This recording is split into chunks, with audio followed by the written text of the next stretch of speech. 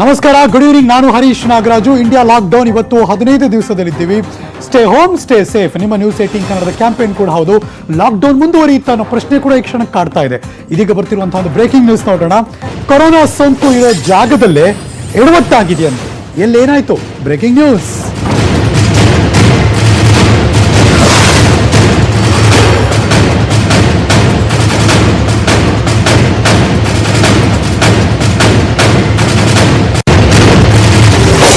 ನೀವು ನೋಡ್ತಿರುವಂತಹ breaking news. Corona ಸೋಂಕು ಇರೋ ಜಾಗದಲ್ಲಿ ಎಡವಟ್ಟು. ಒಂದೇ ಬಸ್ಸಿನಲ್ಲಿ 50 ಮಂದಿ ಶಂಕಿತರ ಸ್ಥಳಾಂತರ. ಸಾಮಾಜಿಕ ಅಂತರ ಕಾಪಾಡದೆ ಜನರನ್ನ ಸ್ಥಳಾಂತರ ಮಾಡಲಾಗಿದೆ. ಬಾಗಲಕೋಟೆ ಆರೋಗ್ಯ ಇಲಾಖೆಯ ಕೇರ್ಲೆಸ್ ನಡವಳಿಕೆ ಇದು. ಮುಧೋಳದ ಮದರಸಾದಲ್ಲಿ ಗುಜರಾತ್ ವ್ಯಕ್ತಿಗೆ ಸೋಂಕು ದೃಢಪಟ್ಟಿತ್ತು. ಸೋಂಕಿತನ ಜೊತೆ 50 ಮಂದಿಗೆ ಎರಡನೇ ಸಂಪರ್ಕದಲ್ಲಿರುವ ವ್ಯಕ್ತಿಗಳನ್ನ ಟ್ರಾನ್ಸ್ಫರ್ ಮಾಡಿದ್ದಾರೆ. ಒಂದು ಕಡೆಯಿಂದ ಮಗದೊಂದು ಕಡೆಗೆ ಸ್ಥಳಾಂತರಿಸಿದ್ದಾರೆ. ಕ್ವಾರಂಟೈನ್ಗೆ ಒಂದೇ ಬಸ್ಸಲ್ಲಿ 50 ಮಂದಿಯ ಸ್ಥಳಾಂತರ. ಕ್ವಾರಂಟೈನ್ ಮಾಡೋದಕ್ಕೆ ಮುಧೋಳದಿಂದ ಬಾಗಲಕೋಟೆಗೆ ಶಿಫ್ಟ್ ಮಾಡಿದ್ರು. ಈ ಸಂದರ್ಭದಲ್ಲಿ ನಿಯಮ ಪಾಲಿಸದೆ ಬಸ್ನಲ್ಲಿ 50 ಜನರ ಪ್ರಯಾಣ ಆಯಿತು. Danger, very very danger. ಈ 50 ಜನರಲ್ಲಿ ಸೋಂಕಿತನೊಂದಿಗೆ ಮದ್ರಾಸದಲ್ಲಿದ್ದರು 24 ಜನ. ಈ 24 ಜನರ ಜೊತೆ ಇತರ 26 ಜನರ ಕೂಡ ಬಸ್ನಲ್ಲಿ ಪ್ರಯಾಣ ಮಾಡಿಸಿದ್ದಾರೆ. ಯಾಕೆ? ಬೇರೆ ಬೇರೆ ಬಸ್ಸಲ್ಲಿ ಹೋಗ್ಬೋದಾಗಿತ್ತಪ್ಪ. ಮುಧೋಳದ ಆರೋಗ್ಯ ಇಲಾಖೆಯ ಎಡವಟ್ಟಿಗೆ ಭಾರಿ ಆಕ್ರೋಶ ವ್ಯಕ್ತವಾಗ್ತಾ ಇದೆ. Very wrong.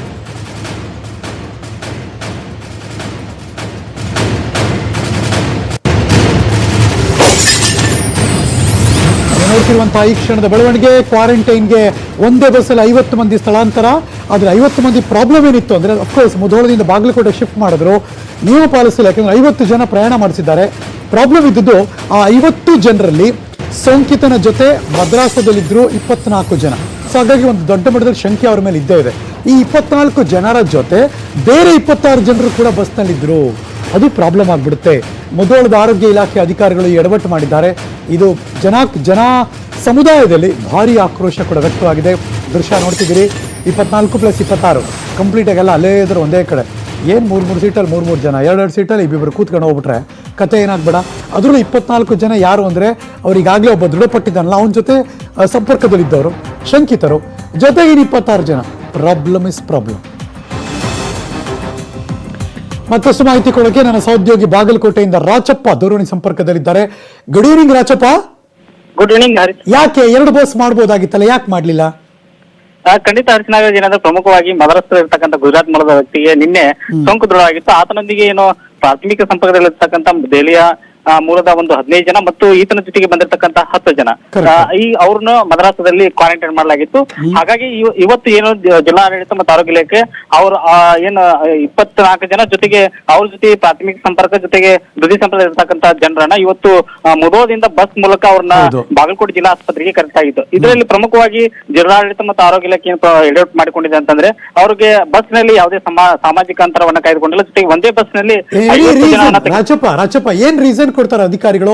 ಇನ್ನೊಂದು ಬಸ್ ಸಿಕ್ಕಿಲ್ಲ ಅಂತಾನೋ ಅಥವಾ ಏನು ಪರವಾಗಿಲ್ಲ ಅಂತಾನೋ? ಜನರ ಮೇಲೆ ಯಾವಾಗ್ಲೂ ನಿರ್ಲಕ್ಷ್ಯ ಅಂತಾರಲ್ಲ, ಅಧಿಕಾರಿಗಳು ಹಿಂಗ್ ಮಾಡಿದ್ರೆ ಹೆಂಗೆ? ಖಂಡಿತ ಈ ವಿಚಾರವಾಗಿ ನಾವು ಸಂಪರ್ಕಿಸಿದಾಗ DH ಅವರು ಯಾವುದೇ ಕರೆಯನ್ನ ಸ್ವೀಕರಿಸ್ತಾ ಇಲ್ಲ.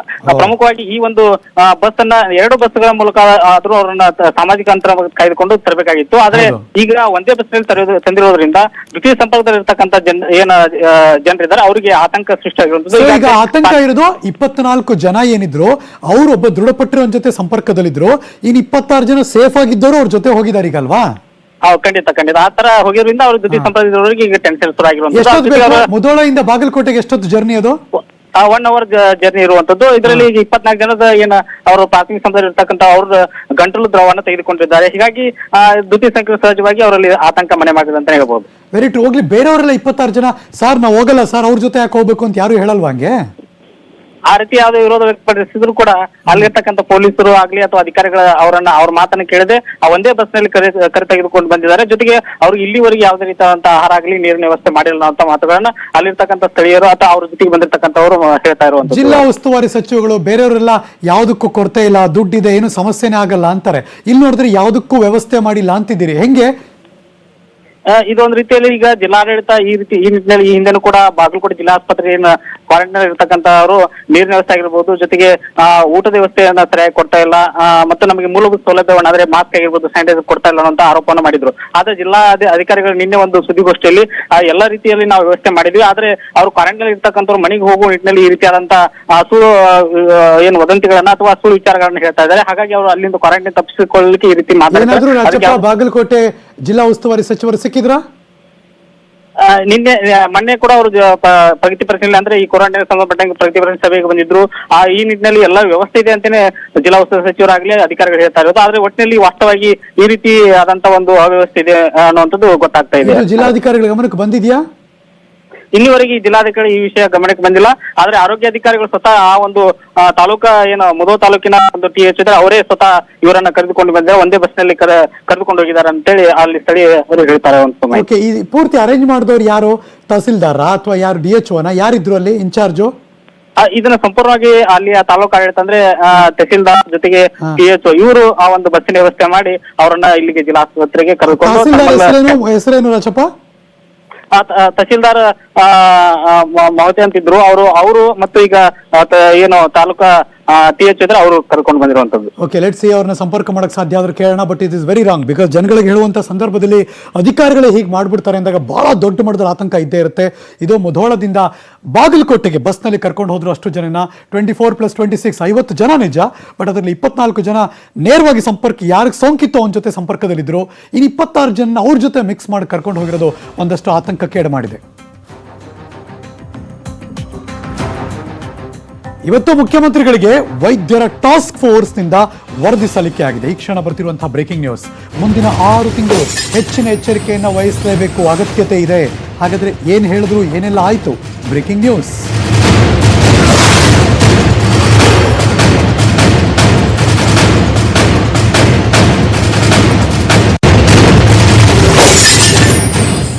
ರಾಜ್ಯ ಸರ್ಕಾರಕ್ಕೆ ವೈದ್ಯರ ಟಾಸ್ಕ್ ಫೋರ್ಸ್ ಸಲಹೆಯನ್ನು ಕೊಟ್ಟಿದ್ದಾರೆ. ಹಾಟ್ಸ್ಪಾಟ್ ಲಾಕ್ಡೌನ್ ಮುಂದುವರಿಸಬೇಕು. ರಾಜ್ಯದ ಯಾವ್ಯಾವ ಪ್ರದೇಶ, ಯಾವ್ಯಾವ ನಗರಗಳು ಹಾಟ್ಸ್ಪಾಟ್ ಅನ್ನೋದೇನಿದೆ ಅದು ಮುಂದುವರಿಬೇಕು. ಮೇ ಒಂದು ರೀತಿ ಇಡೀ ತಿಂಗಳು ತನಕ, ಆದರೆ ಶಾಲೆ ಕಾಲೇಜುಗಳು ತೆಗಿಬಾರದು ಮೇವರೆಗೆ ಅನ್ನೋದು. ಸೋಂಕಿತರು ಇರುವಂತಹ ಪ್ರದೇಶದಲ್ಲಿ ಲಾಕ್ಡೌನ್ ಮುಂದುವರಿಸಬೇಕು. ಸಾಮಾಜಿಕ ಅಂತರ ಕಟ್ಟುನಿಟ್ಟಾಗಿ ಜಾರಿಗೆ ಬರಬೇಕು. ರಾಜ್ಯ ಸರ್ಕಾರಕ್ಕೆ ವೈದ್ಯರ ಟಾಸ್ಕ್ ಫೋರ್ಸ್ ಈ ಸಲಹೆಯನ್ನು ಕೊಟ್ಟಿದ್ದಾರೆ. ಹಾಗಾಗಿ ಲಾಕ್ಡೌನ್ ಮುಂದುವರಿಕೆಗೆ ಟಾಸ್ಕ್ ಫೋರ್ಸ್ ಈ ಸಂದರ್ಭದಲ್ಲಿ ಶಿಫಾರಸು ಮಾಡಿದ್ದಾರೆ. ಸರ್ಕಾರಕ್ಕೆ 50ಕ್ಕೂ ಹೆಚ್ಚು ಅಂಶಗಳ ಶಿಫಾರಸನ್ನು ಕೊಟ್ಟಿದ್ದಾರೆ. ಕೋವಿಡ್ ಟಾಸ್ಕ್ ಫೋರ್ಸ್ ವೈದ್ಯರು ಈ ಶಿಫಾರಸನ್ನು ಮಾಡಿದ್ದಾರೆ. ಹಾಟ್ಸ್ಪಾಟ್ ಜಿಲ್ಲೆಗಳಲ್ಲಿ ಏಪ್ರಿಲ್ 30ರವರೆಗೆ ಲಾಕ್ಡೌನ್ ಮಾಡಿ ಬೇರೆ ಬೇರೆ ಜಿಲ್ಲೆಗಳಲ್ಲಿ ಕೆಲವು ರಿಯಾಯಿತಿಗಳನ್ನು ಕೊಡಬಹುದು. ಆದರೆ ಯಾರೂ ಕೂಡ ಬೇರೆ ಬೇರೆ ಜಿಲ್ಲೆಗೆ ಸಂಚರಿಸದಂತೆ ಕ್ರಮ ಕೈಗೊಳ್ಳಿ. Actually very good. ಈ ಥರದಲ್ಲ ಅಂದರೆ ಬಸ್ಸು, ರೈಲು, ವಿಮಾನ ನಿಲ್ಲಿಸಬೇಕು, ಮುಂದುವರಿಯಬೇಕು. ಮೆಟ್ರೋ ಸಂಚಾರ ಸ್ಥಗಿತ ಆಗಬೇಕು, ಹಾಗೆ ಮುಂದುವರಿಲಿ. ಸಾರ್ವಜನಿಕ ಶೌಚಾಲಯ ಬಂದ್ ಮಾಡಬೇಕು. ಗುಟ್ಕಾ, ಪಾನ್ ಸದ್ಯಕ್ಕೆ ಬ್ಯಾನ್ ಮಾಡಬೇಕು. ಅಂತರ್ಜಿಲ್ಲೆ ವಾಹನ ಸಂಚಾರ ಇರಬಾರ್ದು. ಗೂಡ್ಸು, ಮೆಡಿಕಲ್ ವಾಹನಗಳಿಗೆ ಮಾತ್ರ ವಿನಾಯಿತಿ ಕೊಡಲಿ. ಪರೀಕ್ಷೆ ಮಾಡುವಂಥ ಪ್ರಮಾಣ ಹೆಚ್ಚಳ ಮಾಡಬೇಕು. 50,000ಕ್ಕೂ ಹೆಚ್ಚು ಜನರ ತಪಾಸಣೆ ಆಗಬೇಕು. 3 ರಿಂದ 4 ವಾರದಲ್ಲಿ 50,000ಕ್ಕೂ ಹೆಚ್ಚು ತಪಾಸಣೆ ಈ ತಿಂಗಳು ಮುಗಿಯೋದ್ರಲ್ಲಿ ಇಷ್ಟು ಆಗಬೇಕು. ಕೋವಿಡ್ ಟಾಸ್ಕ್ ಫೋರ್ಸ್ ವೈದ್ಯರು ಈ ಶಿಫಾರಸನ್ನ ಮಾಡಿದ್ದಾರೆ. ನಾಳೆ ಸಂಪುಟ ಸಭೆಯಲ್ಲಿ ಈ ಬಗ್ಗೆ ಅಂತಿಮ ನಿರ್ಧಾರವನ್ನು ತೆಗೆದುಕೊಳ್ಳಲಾಗುತ್ತೆ. ಈ ಎಲ್ಲದರ ಬಗ್ಗೆ ಮತ್ತಷ್ಟು ಮಾಹಿತಿ ಕೊಡೋದಕ್ಕೆ ನನ್ನ ಸಹೋದ್ಯೋಗಿ political bureau chief Chidananda Patel ದೂರವಾಣಿ ಸಂಪರ್ಕದಲ್ಲಿದ್ದಾರೆ. Good evening Chidananda Patel. Good evening Harish Nagaraj. ನಾನು ಈ ಟಾಸ್ಕ್ ಫೋರ್ಸ್ ನ ಶಿಫಾರಸು ನೋಡ್ತಾ ಇದ್ರೆ ಒಳ್ಳೆ ಶಿಫಾರಸು ಇದು ಅಂತ ನನಗೆ ವೈಯಕ್ತಿಕವಾಗಿ ಅನಿಸ್ತಾ ಇದೆ. ಗೊತ್ತಿಲ್ಲ ಮುಖ್ಯಮಂತ್ರಿಗಳು ಹೇಗೆ ತಗೋತಾ ಇದ್ದಾರೆ ಅಂತ. ಏನ್ ಮಹತ್ತರ ಬೆಳವಣಿಗೆ ನಡೀತಾ ಇದೆ ಈಗ? ಹರೀಶ್ ನಾಗರಾಜ್, ಲಾಕ್ಡೌನ್ ಸಂಬಂಧಪಟ್ಟ ಹಾಗೆ ತಜ್ಞರಿಂದ ಒಂದು ವರದಿಯನ್ನ ಮುಖ್ಯಮಂತ್ರಿಗಳು ಕೇಳಿದ್ರು. ಹೌದು. ಈ ತಜ್ಞರ ಸಮಿತಿಯ ನೇತೃತ್ವವನ್ನ ಡಾಕ್ಟರ್ ದೇವಿಶೆಟ್ಟಿ ಅವರ ಅಧ್ಯಕ್ಷತೆಯಲ್ಲಿ ಈ ತಜ್ಞರ ಸಮಿತಿ ಇತ್ತು. ಇದರಲ್ಲಿ ಅನೇಕ ಡಾಕ್ಟರ್ಸ್ ಗಳಿದ್ರು. ಅದರಲ್ಲಿ ಪ್ರಮುಖವಾಗಿ ಜಯದೇವ ಹೃದ್ರೋಗ ಸಂಸ್ಥೆಯ ನಿರ್ದೇಶಕ ಡಾಕ್ಟರ್ ಮಂಜುನಾಥ್, ರಾಜೀವ್ ಗಾಂಧಿ ಆಸ್ಪತ್ರೆಯ ಡಾಕ್ಟರ್ ನಾಗರಾಜ್, ಡಾಕ್ಟರ್ ರವಿ ಹಾಗೂ ಡಾಕ್ಟರ್ ಸುದರ್ಶನ್ ರವರು ಇದ್ದು ಇವತ್ತು ಇವರು ಮುಖ್ಯಮಂತ್ರಿಗಳಿಗೆ 15 ದಿನಗಳ ಮಟ್ಟಿಗೆ ಒಂದು ವರದಿಯನ್ನು ಕೊಟ್ಟಿದ್ದಾರೆ. ಈ ವರದಿಯಲ್ಲಿ ಹಲವಾರು ಶಿಫಾರಸನ್ನು ಕೊಟ್ಟಿದ್ದಾರೆ. ಪ್ರಮುಖವಾಗಿ ಈಗೇನು ಹಾಟ್ಸ್ಪಾಟ್ ಅಂತ ಗುರುತಿಕೊಂಡಿರ್ತಕ್ಕಂತ ಪ್ಲೇಸ್ಗಳಿದೆ ಅದನ್ನ ಅಲ್ಲಿ ಲಾಕ್ ಡೌನ್ ನ ಕಂಟಿನ್ಯೂ ಮಾಡಬೇಕು ಅಂತ ಹೇಳಿ ಸೂಚನೆಯನ್ನು ಕೊಟ್ಟಿದ್ದಾರೆ. ಜೊತೆಗೆ ಸಾಮಾಜಿಕ ಅಂತರ ಕಟ್ಟುನಿಟ್ಟಾಗಿ ಕಾಯ್ದುಕೊಳ್ಬೇಕು ಮತ್ತು ಸರ್ಕಾರ ಇದನ್ನ ಮುಂದುವರಿಸಬೇಕಂತ ಸೂಚನೆಯನ್ನು ಕೊಟ್ಟಿದ್ದಾರೆ. ಪ್ರಮುಖವಾಗಿ ಈ ಶಾಲಾ ಕಾಲೇಜುಗಳನ್ನ ತೆರೆದ್ರೆ ಎಲ್ಲ ಒಂದ್ ಕಡೆ ಈ ಕೊರೋನಾ ವೈರಸ್ ಸಂಬಂಧಪಟ್ಟ ಹಾಗೆ ಎಲ್ಲ ಒಂದ್ ಕಡೆ ಸಮಸ್ಯೆ ಆಗುತ್ತೆ, ಕಂಟ್ರೋಲ್ ಮಾಡಕ್ಕಾಗಲ್ಲ, ಸ್ಟೂಡೆಂಟ್ಸ್ ಬರುತ್ತೆ ಎಂಬ ಎಚ್ಚರಿಕೆ ಹಿನ್ನೆಲೆಯಲ್ಲಿ ಮುಂದಿನ ತಿಂಗಳು ಅಂದ್ರೆ ಮೇ 31ರವರೆಗೆ ಯಾವುದೇ ಕಾರಣಕ್ಕೂ ಕೂಡ ಶಾಲಾ ಕಾಲೇಜನ್ನ ತೆರಿಬಾರದು ಅಂತ ಹೇಳಿ ಕಟ್ಟುನಿಟ್ಟಿನ ಸೂಚನೆಯನ್ನು ಈ ಸಮಿತಿ ವರದಿಯಲ್ಲಿ ಕೊಟ್ಟಿದೆ ಹರೀಶ್ ನಾಗರಾಜ್. ನಂತರ ಯಾವ ಎಸಿ ಇಲ್ಲದ ಅಂಗಡಿಗಳನ್ನ ತೆರಿಬಹುದು, ಎಸಿ ಇದ್ರೆ ಅದು ಅಪಾಯಕಾರಿ ಅನ್ನೋ ಒಂದು ಉದ್ದೇಶದಿಂದ ಯಾವ ಅಂಗಡಿಗಳು ಎಸಿಗಳಿಲ್ಲ ಅಂತವನ್ನ ತೆರಲಿಕ್ಕೆ ಅವಕಾಶ ಕೊಡಿ. ಜೊತೆಗೆ ಸ್ಥಳೀಯ ಮಟ್ಟದಲ್ಲಿ ಅಂದ್ರೆ ಹಳ್ಳಿಗಳಲ್ಲಿ, ಗ್ರಾಮಗಳಲ್ಲಿ, ಹೋಬಳಿ ಮಟ್ಟದಲ್ಲಿ ಸ್ಥಳೀಯ ಅಂಗಡಿಗಳು ಅಂದ್ರೆ ದಿನಸಿ ಅಂಗಡಿಗಳಿರ್ತವೆ, ಕಿರಾಣಿ ಅಂಗಡಿಗಳನ್ನ ತೆರಲಿಕ್ಕೆ ಅವಕಾಶ ಕೊಡಿ. ಯಾಕಂತ ಹೇಳಿದ್ರೆ ಅಲ್ಲಿ ಹೆಚ್ಚು ಹೊತ್ತು ತೆರೆಯಕ್ಕೆ ಕೊಡೋದ್ರಿಂದ ಜನಗಳಿಗೆ ಕೂಡ ಅಲ್ಲಿ ಏನು ಗುಂಪು ಕಟ್ಟಲ್ಲ, ಅಲ್ಲದೆ ಗುಂಪು ಕಟ್ಟಿದಂಗೆ ನೋಡ್ಕೊಳ್ಳಿಕ್ಕೂ ಕೂಡ ಇದು ಅವಕಾಶ ಆಗುತ್ತೆ ಅನ್ನೋದು ತಜ್ಞರ ಸಮಿತಿಯ ಪ್ರಮುಖ ಶಿಫಾರಸು ಆಗಿದೆ. ಜೊತೆಗೆ ಅಂತಾರಾಜ್ಯ ಗಡಿ, ಇದರಲ್ಲಿ ನೀವು ಸರಕು ಸಾಗಣೆ ಅಂದ್ರೆ ಒಂದು ರಾಜ್ಯದಿಂದ ಇನ್ನೊಂದು ರಾಜ್ಯಕ್ಕೆ ಇಂಪಾರ್ಟೆಂಟ್, ಈಗಾಗಲೇ ಆಹಾರ ಪದಾರ್ಥಗಳು ಮತ್ತೊಂದು ಬರ್ಬೇಕಾಗುತ್ತೆ, ಇಂಥದಕ್ಕೆ ಮಾತ್ರ ಅವಕಾಶ ಕೊಡಿ, ಬೇರೆ ಯಾವುದೇ ಕಾರಣಕ್ಕೂ ಜನರು ಹೋಗ್ಬಾರ್ದು. ಬಹಳ ಪ್ರಮುಖವಾಗಿ ಚಿದಾನಂದ ಪಟೇಲ್, ಎಲ್ಲದರ ನಡುವೆ ನಂದೊಂದು ಪ್ರಶ್ನೆ ಇದೆ. ಈ ತುಂಬಾ ಹಾಟ್ಸ್ಪಾಟ್ ಅಂದ್ರೆ ಈಗ ಬೆಂಗಳೂರು, ಮೈಸೂರು ಈ ಭಾಗದಲ್ಲಿ ಇನ್ನೂ ಕಟ್ಟುನಿಟ್ಟಿನ ಕ್ರಮ ತೆಗೆದುಕೊಳ್ಳೋದಾದ್ರೆ ಜನರಿಗೆ ಅಗತ್ಯ ವಸ್ತುಗಳನ್ನು ತಲುಪಿಸೋದಕ್ಕೆ ಸರ್ಕಾರ ಬೇರೆ ಏನಾದರೂ ಪ್ಲಾನ್ ಮಾಡ್ತಿದ್ಯಾ? ಈ ಸಮಿತಿ ಈಗಾಗಲೇ ವರದಿಯನ್ನು ಕೊಟ್ಟಿದೆ ಹರೀಶ್ ನಾಗರಾಜ್. ಈ ಕಟ್ಟುನಿಟ್ಟಿನ ನೀವು ಕ್ರಮಗಳನ್ನ ಕೈಗೊಂಡ್ರೆ ಮಾತ್ರ ನೀವು ಏನು ಕೊರೋನಾ ವೈರಸ್ ಅನ್ನು ತಡೆಗಟ್ಟಲಿಕ್ಕೆ ಸಾಧ್ಯ ಅಂತ ಹೇಳಿ. ಹಾಗಾಗಿ ನಾಳೆ ಬೆಳಿಗ್ಗೆ 11 ಗಂಟೆಗೆ ವಿಧಾನಸೌಧದಲ್ಲಿ ರಾಜ್ಯ ಸಚಿವ ಸಂಪುಟ ಸಭೆ ಇದೆ. ಈ ಸಚಿವ ಸಂಪುಟ ಸಭೆಯಲ್ಲಿ ತಜ್ಞರ ವರದಿಯ ಶಿಫಾರಸುಗಳ ಬಗ್ಗೆ ಮಹತ್ವದ ಚರ್ಚೆ ನಡೀತದೆ. ನಂತರ ಯಾವ್ದು ಹಾಟ್ಸ್ಪಾಟ್ ಅಂತಿದೆ ಆ ಹಾಟ್ಸ್ಪಾಟ್ ಗಳಲ್ಲಿ ಲಾಕ್ಡೌನ್ ನ ಮುಂದುವರಿಸಿದ್ರೆ ಅಲ್ಲಿ ಸರ್ಕಾರ ಅವರಿಗೆ ಅಲ್ಲಿನ ಜನರಿಗೆ ಯಾವುದೇ ರೀತಿ ತೊಂದರೆ ಆಗದ ಹಾಗೆ ಆಹಾರ ಪದಾರ್ಥಗಳಿರ್ಬೋದು, ದಿನಸಿ ಪದಾರ್ಥಗಳಿರ್ಬೋದು, ಬೇರೆ ಬೇರೆ ಅವರಿಗೆ ಅಲ್ಲಿರ್ತಕ್ಕಂಥ ರೈತರಿಗೆ ಯಾವುದೇ ರೀತಿ ತೊಂದರೆ ಆಗದಂತೆ ನೋಡ್ಕೊಳ್ಳಲು ಅದಕ್ಕಾಗಿ ಒಂದು ತಂಡವನ್ನು ಮಾಡ್ಲಿಕ್ಕೂ ಕೂಡ ನಿರ್ಧಾರವನ್ನ ತೆಗೆದುಕೊಳ್ಳಿದ್ದಾರೆ ಹರೀಶ್. ಓಕೆ, ನಾಳೆ ಸಂಜೆ ಒಳಗಡೆ ಇದ್ರ ಬಗ್ಗೆ ಒಂದು ತೀರ್ಮಾನಕ್ಕೆ ಸರ್ಕಾರ ಬರುತ್ತಾಗಿದ್ರೆ ಖಂಡಿತವಾಗಿಯೂ ನಾಳೆ ಸರ್ಕಾರ ಒಂದು ತೀರ್ಮಾನ ತೆಗೆದುಕೊಳ್ತಿದೆ. ಅಲ್ಲದೆ ಪ್ರಮುಖವಾಗಿ ಹರೀಶ್ ನಾಗರಾಜ್, ದೆಹಲಿ ಮಾದರಿಯಲ್ಲಿ ಇಲ್ಲಿ ಕೂಡ ಬೆಂಗಳೂರಿನಲ್ಲಿ ಕೂಡ ವಾಹನಗಳನ್ನ ರಸ್ತೆಗೆ ಬಿಡಿ ಅಂದ್ರೆ ಸರಿ ಬೆಸ ರೀತಿಯಲ್ಲಿ ಆ ಒಂದು ಸೂತ್ರದಡಿ ಇಲ್ಲಿ ವಾಹನಗಳನ್ನ ಬಿಡಿ, ಆಗ ವಾಹನ ದಟ್ಟಣೆ ಕಡಿಮೆ ಆಗುತ್ತೆ ಅನ್ನೋದೊಂದು ಹೇಳಿದೆ. ಮತ್ತೆ IT-BT ಸೇರಿದಂತೆ ಅತ್ಯವಶ್ಯಕ ಸೇವೆಗಳು ಕೆಲವು ಕಾರ್ಖಾನೆಗಳಲ್ಲಿ 50% ಸಿಬ್ಬಂದಿಗಳನ್ನ ಇಟ್ಕೊಂಡು ಸಾಮಾಜಿಕ ಅಂತರವನ್ನು ಕಾಯ್ದುಕೊಂಡು ಕೆಲಸವನ್ನು ನಿರ್ವಹಿಸಲಿಕ್ಕೆ ಅನುಕೂಲ ಮಾಡಿಕೊಡಿ ಎಂಬ ಒಂದು ಸೂಚನೆಯನ್ನು ಕೂಡ ಈ ಶಿಫಾರಸಿನಲ್ಲಿ ಇದೆ ಹರೀಶ್. ಬೇರೆ ಬೇರೆ ಅಂದ್ರೆ ಯಾವುದು ಹಾಟ್ಸ್ಪಾಟ್ ಅಲ್ಲ ಆ ಜಿಲ್ಲೆಗಳಲ್ಲೂ ಕೂಡ ಕೆಲಸ ಕಾರ್ಯಗಳನ್ನ ಅಥವಾ ಲಾಕ್ಡೌನ್ ನ ನಿಧಾನಗತಿಯಲ್ಲಿ ಓಪನ್ ಮಾಡುವಂತ ಶಿಫಾರಸ್ ಇದೆಯಾ, ಅಥವಾ ಇಲ್ಲ ಅಲ್ಲಿ ಪರವಾಗಿಲ್ಲ ಬಿಟ್ಬಿಡೋಣ ಆ ಥರದ್ದು ಏನಾದರೂ ಇದೆಯಾ? ಪ್ರಮುಖವಾಗಿ ಇನ್ನೊಂದು ಪ್ರಮುಖ ಶಿಫಾರಸು ಮಾಡಿದ್ದಾರೆ ಹರೀಶ್ ನಾಗರಾಜ್. ಈಗ ಲಾಕ್ಡೌನ್ ಆದ ಮೇಲೆ ಕೂಡ ಅಂದ್ರೆ ಜನರನ್ನ ನಿಯಂತ್ರಣ ಮಾಡಿದ ಮೇಲೆ ಕೂಡ ಸಾಮಾಜಿಕ ಅಂತರ ಕಾಯ್ದುಕೊಂಡ್ರು ಕೂಡ, ಸಾಮಾಜಿಕ ಅಂತರ ಮುಂದುವರಿಸಿದ್ರು ಕೂಡ ಅಂತ ಪ್ರದೇಶಗಳಲ್ಲಿ ಸೋಂಕಿತರ ಸಂಖ್ಯೆ ಈಗ ಕಂಡು ಬಂದಿದ್ರೆ ಅಂತದನ್ನ ನೀವು ಕಂಟಿನ್ಯೂ ಮಾಡಿ, ಸ್ಥಳೀಯವಾಗಿ ಕೂಡ ಲಾಕ್ಡೌನ್ ಅನ್ನ ವಿಸ್ತರಣೆ ಮಾಡಿ ಅಂತ ಹೇಳಿದ್ರೆ ಅಂದ್ರೆ ಯಾವ್ದೊಂದು ತಾಲೂಕು ಕೇಂದ್ರ, ಹೋಬಳಿ ಕೇಂದ್ರ ಇರುತ್ತೆ. ಈಗ ಎಕ್ಸಾಂಪಲ್ ಗೌರಿಬಿದನೂರು ಇರ್ಬೋದು, ಚಿಕ್ಕಬಳ್ಳಾಪುರ ಇರ್ಬೋದು, ಅಂತ ನಂಜನಗೂಡು ಇರ್ಬೋದು, ಅಂತಲ್ಲಿ ಯಾವುದೇ ಕಾರಣಕ್ಕೂ ಕೂಡ ಮುಲಾಜಿ ನೋಡ್ಬೇಡಿ, ಲಾಕ್ಡೌನ್ ಕಂಟಿನ್ಯೂ ಮಾಡಿ ಅಂತ ಹೇಳಿದ್ರೆ. ಜೊತೆಗೆ ಉಳಿದಂತ ಸಮಸ್ಯೆಯಲ್ಲಿ ಎದುರೇ ಇರ್ತಕ್ಕಂತ ಉಳಿದಂತ 16 ಜಿಲ್ಲೆಗಳಲ್ಲಿ ನೀವು ಲಾಕ್ಡೌನ್ ಅನ್ನ ಹಂತವಾಗಿ ಸಡಿಲಗೊಳಿಸಬಹುದು, ಜನರಿಗೆ ಅವಕಾಶ ಕೊಡಬಹುದು. ಆದ್ರೆ ಒಂದು ಕಟ್ಟುನಿಟ್ಟಿನ ಎಚ್ಚರವನ್ನ ಈ ಶಿಫಾರಸು ಕೊಟ್ಟಿರುವಂತದ್ದು, ನೀವು ಸಾಮಾಜಿಕ ಅಂತರ ಕಾಯ್ದುಕೊಳ್ಳಬೇಕು ಮತ್ತು ಅದನ್ನು ಮುಂದುವರಿಸಬೇಕು ಅನ್ನೋ ಒಂದು ಸೂಚನೆಯನ್ನು ಕೊಟ್ಟಿದ್ದಾರೆ Harish Nagaraj. Thank you so much Chidananda Patel, ಈ ಕ್ಷಣದೆಲ್ಲ ಮಾಹಿತಿಗಾಗಿ. ನೀವು ನೋಡ್ತಿರುವಂತಹ ಬೆಳವಣಿಗೆ, ಮುಖ್ಯಮಂತ್ರಿಗಳಿಗೆ ತಜ್ಞರ ಸಮಿತಿ ವರದಿ ಕೊಟ್ಟಿದ್ದಾರೆ. ಕೋವಿಡ್ ಟಾಸ್ಕ್ ಫೋರ್ಸ್ನ ವೈದ್ಯರ ಶಿಫಾರಸದು. ಆ ಶಿಫಾರಸಿನ ಪ್ರಕಾರ ಯಾವ್ಯಾವ್ದು ಇರಬೇಕು, ಯಾವ್ಯಾವ್ದು ಇರಬಾರ್ದು, ಅಥವಾ ರೆಡ್ ಝೋನಲ್ಲಿ ಯಾವ್ಯಾವ ಪ್ರದೇಶಗಳಿದೆ ಅಥವಾ ಎಲ್ಲೆಲ್ಲ ಹಾಟ್ಸ್ಪಾಟ್ಗಳಿದೆ ಆ ಜಿಲ್ಲೆಗಳು, ಆ ನಗರಗಳು, ಅದನ್ನೆಲ್ಲ ಹೇಗೆ ಮುಂದಿನ ದಿನಗಳಲ್ಲಿ ಹ್ಯಾಂಡಲ್ ಮಾಡಬೇಕು ಮತ್ತು ಅವರ ಅಭಿಪ್ರಾಯದ ಪ್ರಕಾರ ಇದೆಲ್ಲವನ್ನು ಕೂಡ ಮಾಡಿ ನೀವು ಸೋ ದಟ್ ಇದು ಕಂಟ್ರೋಲ್ಗೆ ಬರುತ್ತೆ, ಇಲ್ಲಾಂದರೆ ಭಾಳ ಕಷ್ಟ ಆಗುತ್ತೆ ಅಂತ ತಜ್ಞರ ಸಮಿತಿ ಇದೀಗ ಮುಖ್ಯಮಂತ್ರಿಗಳಿಗೆ ನೇರವಾಗಿ ಆ ಶಿಫಾರಸುಗಳನ್ನೆಲ್ಲ ಮಾಡಿದ್ದಾರೆ. ಅದಿಲ್ಲಿ ಗುಟ್ಕಾ ಪ್ಯಾನ್ ಇದನ್ನೆಲ್ಲ ಬ್ಯಾನ್ ಮಾಡೋದ್ರಿಂದ ಹಿಡಿದು ಬಸ್ಸು, ರೈಲು, ವಿಮಾನವನ್ನು ಸ್ಥಗಿತ ಮುಂದುವರಿಸಬೇಕು ಅನ್ನೋದ್ರಿಂದ ಹಿಡಿದು ಸಿಟಿ ಪ್ರದೇಶದಲ್ಲಿ ಮೆಟ್ರೋ ಸ್ಥಗಿತ ಹಾಗೆ ಮುಂದುವರಿಬೇಕು ಅನ್ನೋದ್ರಿಂದ ಹಿಡಿದು ಮತ್ತು ಅಂತರ್ಜಿಲ್ಲಾ ಓಡಾಟವನ್ನು ಕೂಡ ಬಂದ್ ಮಾಡಬೇಕು ಅನ್ನೋದ್ರಿಂದ ಹಿಡಿದು, ಸೊ ಜೊತೆಗೆ ಮಕ್ಕಳಿಗೆ ಶಾಲೆ ಯಾವಾಗಪ್ಪ, ಎಕ್ಸಾಮ್ ಯಾವಾಗಪ್ಪ ಅಂತಿರೋರಿಗೆ ಮೇ 30ನೇ ತಾರೀಕು ತನಕ ಇದು ಅಂದರೆ ಶಾಲೆಗಳು ಪುನರಾರಂಭ ಆಗಬಾರ್ದು ಅನ್ನುವ ಶಿಫಾರಸ್ಸಿನಿಂದ ಹಿಡಿದು, ಮತ್ತು ಯಾವ್ಯಾವುದು ನಗರಗಳು ಅಥವಾ ಜಿಲ್ಲೆಗಳು ತುಂಬ ಹಾಟ್ಸ್ಪಾಟ್ ಇದೆ ಅಲ್ಲಿ ಮೇ 30ನೇ ತಾರೀಕು ತನಕ ಕಂಪ್ಲೀಟ್ ಲಾಕ್ಡೌನ್ ಆಗಿರಬೇಕು ಅನ್ನೋದ್ರಿಂದ ಹಿಡಿದು ಹೀಗೆ ಹಲವಾರು ಸಜೆಷನ್ಸ್ಗಳನ್ನು 50 ಪಾಯಿಂಟ್ಸ್ಗಳನ್ನು ಸನ್ಮಾನ್ಯ ಮುಖ್ಯಮಂತ್ರಿ ಯಡಿಯೂರಪ್ಪನವರಿಗೆ ಟಾಸ್ಕ್ ಫೋರ್ಸ್ ಅಂದರೆ ವೈದ್ಯರ ತಂಡ ಏನಿದೆ, ಡಾಕ್ಟರ್ ಮಂಜುನಾಥ್ ಅವರಾಗಲಿ, ಡಾಕ್ಟರ್ ಎ ವಿ ಶೆಟ್ಟಿ ಅವರಾಗಲಿ, ಡಾಕ್ಟರ್ ಪ್ರಕಾಶ್ ಅವರಾಗಲಿ, ಇವರೆಲ್ಲರೂ ಕೂಡ ಯಾರಿದ್ದಾರೆ, ಡಾಕ್ಟರ್ ನಾಗರಾಜ್ ಅವರಾಗಲಿ, ಇವರೆಲ್ಲರೂ ಕೂಡ ಆ ಶಿಫಾರಸನ್ನು ಮಾಡಿದ್ದಾರೆ. Let's wait and watch. ನಾಳೆ ಕೂಡ ಮಾನ್ಯ ಮುಖ್ಯಮಂತ್ರಿಗಳ ನೇತೃತ್ವದಲ್ಲಿ ನಾಳೆ ಕೂಡ ಮೀಟಿಂಗ್ ಇದೆ. ಜೊತೆಗೆ ಕೇಂದ್ರದಲ್ಲೂ ಕೂಡ ನಾಳೆ ಮೀಟಿಂಗ್ ಇದೆ ಎಲ್ಲ ರಾಜ್ಯದ ಮುಖ್ಯಮಂತ್ರಿಗಳ ಜೊತೆ. ಸೊ ಹಾಗಾಗಿ ಒಂದು ಫೈನಲ್ಗೆ ಬರ್ತಾರೆ ನಾಳೆ ಸಂಜೆ ಹೊತ್ತಿಗೆ ಅಥವಾ ನಾಳಿನ ತನಕ ಅಂತ ಅನಿಸುತ್ತೆ. ಲೆಟ್ಸ್ ವೇಟ್ ಆ್ಯಂಡ್ ವಾಚ್ ಏನಾಗುತ್ತೆ ಅಂತ ಕಾದು ನೋಡಬೇಕು. ವೈದ್ಯರ ಶಿಫಾರಸ್ನ ಸರ್ಕಾರ ಹೌದು ಅದನ್ನು ಹಾಗೆ ಇಂಪ್ಲಿಮೆಂಟ್ ಮಾಡ್ತೀವಿ ಅಂತಿದ್ದಾರಾ, ಅಥವಾ ಅದಕ್ಕೊಂದಷ್ಟು ರೂಪುರೇಷನ ಮಾಡಿ ಯಾವುದೋ ಒಂದನ್ನು ಕಡಿಮೆ ಮಾಡಿ ಇನ್ನೊಂದನ್ನು ಜಾಸ್ತಿ ಮಾಡಿ ಅದನ್ನು ಅನುಷ್ಠಾನಗೊಳಿಸುವಂಥ ಪ್ರಯತ್ನ ನಡೆಯುತ್ತಾ, ಎಲ್ಲ ಸಾಧಕ ಬಾಧಕಗಳ ಬಗ್ಗೆ ಚರ್ಚೆ ಮಾಡಿ ನಾಳೆ ಕ್ಯಾಬಿನೆಟ್ ಮೀಟಿಂಗ್ನಲ್ಲೂ ಕೂಡ ಇಟ್ಟು ಅದಕ್ಕೆ ಅನುಮೋದನೆ ತಗೊಂಡು ತದನಂತರ ಎಲ್ಲ ಮಹಾಜನತೆಗೆ ಗ್ಯಾರಂಟಿ ತಿಳಿಸ್ತಾರೆ.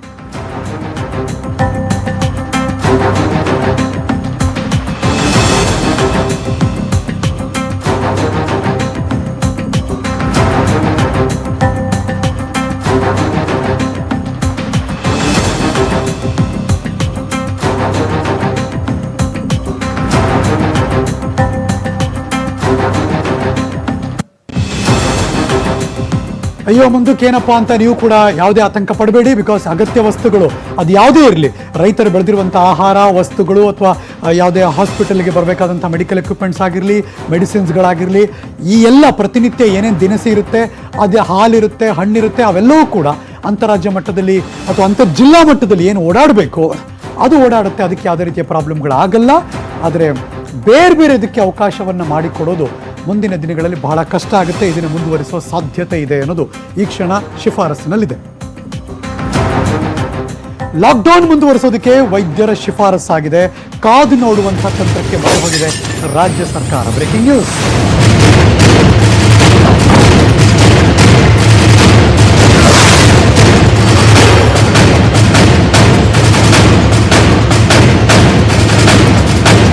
ಏಕೆಂದರೆ ಕೇಂದ್ರ ಸರ್ಕಾರ ನಿರ್ಧಾರ ಮಾಡ್ತಾರೆ, ಅದಾದ್ಮೇಲೆ ಅದನ್ನು ನೋಡಿಕೊಂಡು ಮುಂದಿನ ನಿರ್ಧಾರವನ್ನು ತೆಗೆದುಕೊಳ್ಳೋಣ. ರಾಜ್ಯದಲ್ಲಿ ಲಾಕ್ಡೌನ್ ಮುಂದುವರಿಸುವ ಬಗ್ಗೆ ತೀರ್ಮಾನ ಇನ್ನೂ ಆಗಿಲ್ಲ. ಪ್ರಧಾನಿ ಮೋದಿ ಅವರಿಗೆ ಮುಖ್ಯಮಂತ್ರಿ ಯಡಿಯೂರಪ್ಪನವರು ಕೂಡ ಪತ್ರ ಬರೆದಿಲ್ಲ. ಟಾಸ್ಕ್ ಫೋರ್ಸ್ನಲ್ಲಿರುವಂಥ ವೈದ್ಯರ ಸಲಹೆಗಳ ಪತ್ರ ಮುಖ್ಯಮಂತ್ರಿಗಳಿಗೆ ತಲುಪಿದೆ. ಈ ಸಲಹೆಗಳನ್ನು ಮುಂದಿಟ್ಟುಕೊಂಡು ಮುಂದಿನ ನಿರ್ಧಾರವನ್ನು ನಾಳಿನ ಕ್ಯಾಬಿನೆಟ್ನಲ್ಲಿ ಚರ್ಚೆ ಮಾಡ್ತೀವಿ. ಮುಂದಿನ ತೀರ್ಮಾನವನ್ನು ಮಾಧ್ಯಮಗಳಿಗೆ ತಿಳಿಸ್ತೀವಿ ಅಂತ ಸಚಿವ ಸುರೇಶ್ ಕುಮಾರ್ ಮಾಹಿತಿ ಕೊಟ್ಟಿದ್ದಾರೆ.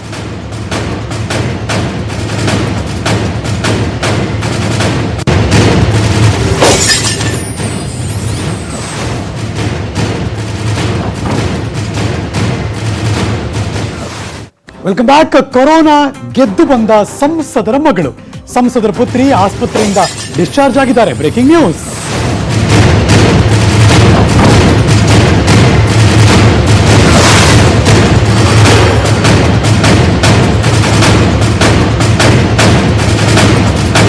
ಕೊರೋನಾ ಗೆದ್ದು ಬಂದಿದ್ದಾರೆ ಸಂಸದರ ಮಗಳು.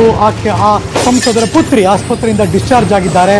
ಆಕೆಯ ಮನದಾಳದ ಮಾತನ್ನ ಕೇಳಿಸ್ತೀನಿ ನಾನೀಗ. ದಾವಣಗೆರೆಯ ಸಂಸದರಾದಂತಹ ಸನ್ಮಾನ್ಯ GM ಸಿದ್ದೇಶ್ವರ್ ಅವರ ಪುತ್ರಿ ಅಶ್ವಿನಿ ವಿದೇಶದಲ್ಲಿದ್ದರು, ಬಂದರು. ಅವ್ರಿಗೆ ಕೊರೋನಾ ಸೋಂಕಿತ್ತು. ವೈದ್ಯರ ಚಿಕಿತ್ಸೆ ಬಗ್ಗೆ ಮಾತನಾಡಿದ್ದಾರೆ ಅಶ್ವಿನಿ ಅವರು. ಗೆಸ್ಟ್ ಹೌಸ್ನಿಂದ ಹೇಳಿಕೆ ಕೊಟ್ಟಿದ್ದಾರೆ ಸಂಸದರ ಪುತ್ರಿ. ದೇಶದಲ್ಲಿ ಎಲೆಕ್ಷನ್ ಪ್ರಯುಕ್ತ ಜನಾಂಗೀಯ ಹಿಂಸೆ ನಡೀತಾ ಇದ್ದ ಕಾರಣದಿಂದ ನಾನು ನನ್ನ ಮಕ್ಕಳ ಜೊತೆ ಬರಬೇಕಾದಂತ ಅನಿವಾರ್ಯ ಪರಿಸ್ಥಿತಿ ಬಂದು ನಾವು ಹೋಮ್ ಕ್ವಾರಂಟೈನ್ ಆಗಿ ಇದ್ವಿ. ಯಾರ ಜೊತೆನೂ ಕಾಂಟ್ಯಾಕ್ಟ್ ಅಲ್ಲಿ ಇರಲಿಲ್ಲ. ಬಂದ್ 2 ದಿನ ಆದ್ಮೇಲೆ ನಮ್ ಡ್ಯಾಡಿ ನಮ್ಗೆ COVID-19 ಟೆಸ್ಟ್ ಮಾಡಿಸಿದ್ರು. COVID-19 ಟೆಸ್ಟ್ ರಿಸಲ್ಟ್ಸ್ ಅಲ್ಲಿ ನನ್ ಪಾಸಿಟಿವ್ ಬಂತು. ಬೇರೆ ನನ್ನ ಮಕ್ಕಳದು ಮತ್ತೆ ಬೇರೆಯವ್ರದೆಲ್ಲ ನೆಗೆಟಿವ್ ಬಂತು. ಅದಾದ ನಂತರ ದಾವಣಗೆರೆ DC ಅವರಿಗೆ ಮತ್ತೆ SP ಅವರಿಗೆ ನನ್ನ ತಂದೆ ಮಾತಾಡಿ ಪ್ರೋಟೋಕಾಲ್ ಪ್ರಕಾರ ನನ್ನ ಆಂಬ್ಯುಲೆನ್ಸ್ ಅಲ್ಲಿ ಕರ್ಕೊಂಡ್ಬಂದು SS ಹಾಸ್ಪಿಟ್ಲಿಗೆ ಅಡ್ಮಿಟ್ ಮಾಡಿಸಿದ್ರು. ಅಲ್ಲಿ ಐಸೋಲೇಷನ್ ವಾರ್ಡ್ ಅಲ್ಲಿ ಇದ್ದೆ. ಅಲ್ಲಿ ಪ್ರತಿಯೊಬ್ರು ಕೂಡ ತುಂಬಾನೇ ಚೆನ್ನಾಗಿ ಕೇರ್ ಮಾಡಿದ್ರು. ನನಗೆ ಯಾವುದೇ ತರದ ಸಿಂಪ್ಟಮ್ಸ್ ಕೂಡ ಇರಲಿಲ್ಲ. ಮೋಸ್ಟ್ಲಿ ಹಾಸ್ಪಿಟ್ಲಿಗೆ ಸೇರಿ ಮೆಡಿಕೇಶನ್ ಅವ್ರು ಏನ್ ಮೆಡಿಸಿನ್ಸ್ ಕೊಡ್ತಾ ಇದ್ರಲ್ಲ ಅದರಿಂದ ಕಾರಣನೋ ಏನೋ ಯಾವುದೇ ತರದ ಜ್ವರ ಆಗ್ಲಿ, ಕೆಮ್ಮಾಗ್ಲಿ, ನೆಗಡೆ ಆಗ್ಲಿ ಏನೂ ಇರಲಿಲ್ಲ. ಆದ್ರೆ ಇದ್ರ ಬಗ್ಗೆ ನಾವು ಇನ್ನೊಂದು ಯೋಚನೆ ಮಾಡ್ಬೇಕು. ಈ ತರ ಏನು ಸಿಂಪ್ಟಮ್ಸ್ ಇಲ್ದಲೆ ಎಷ್ಟೋ ಜನ ಮನೆಯಲ್ಲಿ ಎಲ್ಲಾ ಕಡೆ ಓಡಾಡ್ಕೊಂಡಿದ್ದು ಎಷ್ಟು ಜನಕ್ಕೆ ನೀವು ಹಬ್ಬಿಸ್ತಾ ಇದ್ದೀರಾ ಅಂತ. ಈ ಕಾಯಿಲೆ ಬೇಗ ಹರಡುತ್ತೆ, ಆದ್ರೆ ನಿಮ್ಗೇನು ತೊಂದರೆ ಮಾಡಲ್ಲ. ಹಂಗಾಗಿ ಎದುರ್ಕೊಳ್ಳೋ ಅಂತ ಅವಶ್ಯಕತೆ ಇಲ್ಲ. ರಾಜ್ಯದಲ್ಲಿ ಕೊರೋನಾ ಸೋಂಕು ಹತೋಟಿಗೆ ಬರ್ತಾ ಇಲ್ಲ. 18 ಜಿಲ್ಲೆಗಳಲ್ಲಿ ಲಾಕ್ಡೌನ್ ಮುಂದುವರಿಸಬೇಕಾದಂತಹ ಅನಿವಾರ್ಯತೆ ಇದೆ. ಮೈಸೂರಿನಲ್ಲಿ ಮಾತಾಡಿದವರು ಆರೋಗ್ಯ ಸಚಿವ ಶ್ರೀರಾಮುಲು ಅವರು. ದಿನೇ ದಿನೇ ಸೋಂಕಿತರ ಸಂಖ್ಯೆ ಹೆಚ್ಚಾಗ್ತಾ ಇದೆ. ಸೋಂಕಿತರ ಸ್ಥಿತಿ ಆತಂಕ ಉಂಟು ಮಾಡ್ತಾ ಇದೆ. ಲಾಕ್ಡೌನ್ ಮುಂದುವರಿಯುವ ಬಗ್ಗೆ ಸರ್ಕಾರ ನಿರ್ಧಾರವನ್ನು ಕೈಗೊಳ್ಳುತ್ತೆ. ಸಿಎಂ ಜೊತೆ ನಾಳಿನ ಸಚಿವ ಸಂಪುಟ ಸಭೆಯಲ್ಲಿ ಸಮಗ್ರವಾಗಿ ಚರ್ಚೆ ಮಾಡ್ತೀನಿ. ಮೈಸೂರು ಜಿಲ್ಲೆಯನ್ನು ರೆಡ್ ಝೋನ್ ಅಂತ ಘೋಷಣೆ ಮಾಡಲಾಗಿದೆ. ಸೋಂಕು ಹರಡಿದ ಜುಬಿಲಿಯಂಟ್ ಕಾರ್ಖಾನೆ ಬಗ್ಗೆ ಕಾನೂನು ಕ್ರಮ ಕೂಡ ಕೈಗೊಳ್ತಾ ಇದ್ದೀವಿ. ಈಗಾಗಲೇ ನೋಟಿಸ್ ಕೊಟ್ಟಿದ್ದೀವಿ. ವೈರಸ್ ಸಂಪೂರ್ಣ ಹತೋಟಿಗೆ ಬರೋವರೆಗೂ ಕಾರ್ಖಾನೆ ಬಂದ್ಗೆ ಆದೇಶ ಕೊಟ್ಟಿದ್ದೇವೆ. ಮೈಸೂರಿನಲ್ಲಿ ಆರೋಗ್ಯ ಸಚಿವ ಶ್ರೀರಾಮುಲು ಹೇಳಿಕೆ ಕೊಟ್ಟರು. ಮುಖ್ಯಮಂತ್ರಿಗಳ ಜೊತೆಲಿ ಕ್ಯಾಬಿನೆಟ್ ಮತ್ತು ಸಬ್ ಕಮಿಟಿ ನಂತರ ನಡೀತತೆ. ನಮ್ಮದು ಟಾಸ್ಕ್ ಫೋರ್ಸ್ ಕಮಿಟಿ ಮೀಟಿಂಗ್ ಕೂಡ ನಡೀತತೆ. ಆ ಕಮಿಟಿ ಮೀಟಿಂಗಲ್ಲಿ ಚರ್ಚೆ ಮಾಡ್ತೀನಿ. ಯಾಕಂದರೆ ಇವತ್ತು ಸುಮಾರಿಗೆ 18 ಜಿಲ್ಲೆಗಳು ಇದರಿಂದ ಎಫೆಕ್ಟೆಡ್ ಆಗ್ತಾ ಇದ್ದಾವೆ.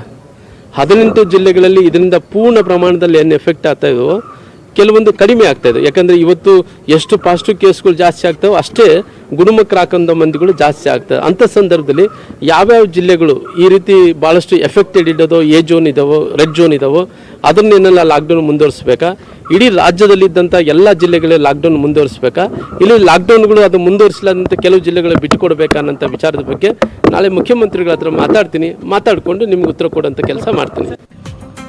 ನಾಳಿನ ಸಂಪುಟ ಸಭೆ ಅದಾದ್ಮೇಲೆ ತೆಗೆದುಕೊಳ್ಳೋ ನಿರ್ಧಾರ, ಮುಂದೆ ಏನಾಗುತ್ತೆ, ಲಾಕ್ಡೌನ್ ಮುಂದುವರಿಯುತ್ತಾ ಇಲ್ವಾ, ಇವೆಲ್ಲದಕ್ಕೂ ಕೂಡ ಉತ್ತರ ಸಿಗುತ್ತೆ. ಒಂದು ಚಿಕ್ಕ ಬ್ರೇಕ್ ತಗೊಂಡ್ಬರ್ತೀನಿ. News back. ಈ ಕ್ಷಣ ಬರ್ತಿರುವಂತಹ ಬ್ರೇಕಿಂಗ್ ನ್ಯೂಸ್, ಅದು ಲಾಕ್ಡೌನ್ ಮುಂದುವರಿಕೆ ಬಗ್ಗೆ. ಲಾಕ್ಡೌನ್ ಮುಂದುವರಿಕೆ ಸಾಧ್ಯತೆ, ವಿಪಕ್ಷಗಳಿಗೆ ಪ್ರಧಾನಿ ಮೋದಿ ಹೇಳಿಕೆ ಕೊಟ್ಟಿದ್ದಾರೆ. ಲಾಕ್ಡೌನ್ ಅವಧಿ ವಿಸ್ತರಣೆ ಸಾಧ್ಯತೆ ಇದೆ ಅಂತ. ಈ ಕ್ಷಣ ಬರ್ತಿರುವಂತಹ ಬ್ರೇಕಿಂಗ್ ನ್ಯೂಸ್.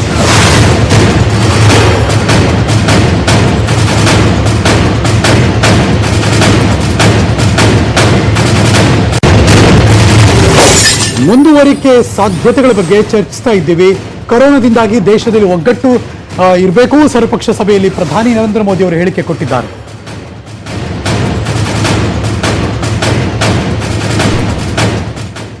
ಇಲ್ಲಿಗೆ ಈ ಸ್ಪೆಷಲ್ ನ್ಯೂಸ್ ಮುಗಿಸಿ ನಾನು ಹೋಗಿ ಬರ್ತೀನಿ. ಮತ್ತೆ ಸಿಗ್ತೀನಿ ಮುಂದಿನ ಸುದ್ದಿಗಳಲ್ಲಿ. ಪಕ್ಕಾ ನ್ಯೂಸ್ಗಾಗಿ ನೋಡ್ತಾ ಇರಿ ನ್ಯೂಸ್ 18 ಕನ್ನಡ. ಜಾಲ ನಮ್ಮದು, ಬಲ ನಿಮ್ಮದು.